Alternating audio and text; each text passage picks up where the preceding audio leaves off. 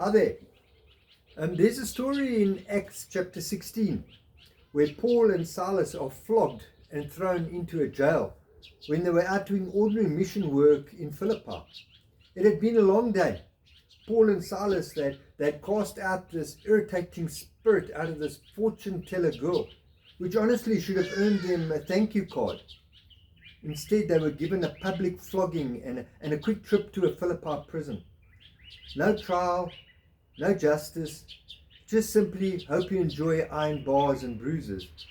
The jailer, a no-nonsense guy who took his job very seriously, like a self-appointed guardian at work, the guardian of the microwave, who takes his work that seriously, that guy.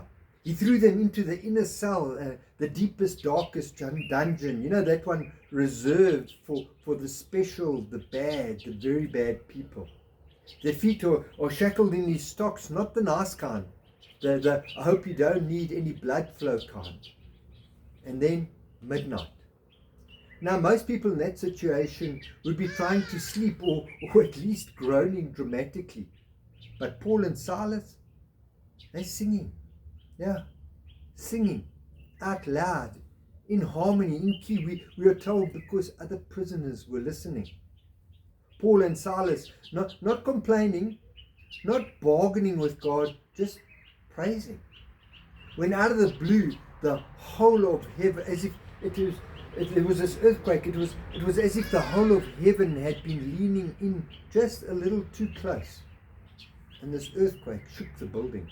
Not a little rumble, not a big earth-shattering earthquake, but God put his finger on a map and said, right here, kind of earthquake. The chains fell off, the doors swung open, and yet nobody ran. No prison escape, just a stunned silence, because something greater than freedom was happening. The jailer, waking up to doors wide open and assuming the worst, was about to throw himself onto his sword, or as we say, he was about to throw the towel in, when Paul called out, "Hey, wait, we're still here." That's when the jailer realized this wasn't just any night. This was a thin place, a place where the floor of a Roman prison cell had become holy ground. A moment where God wasn't just up there, but right here.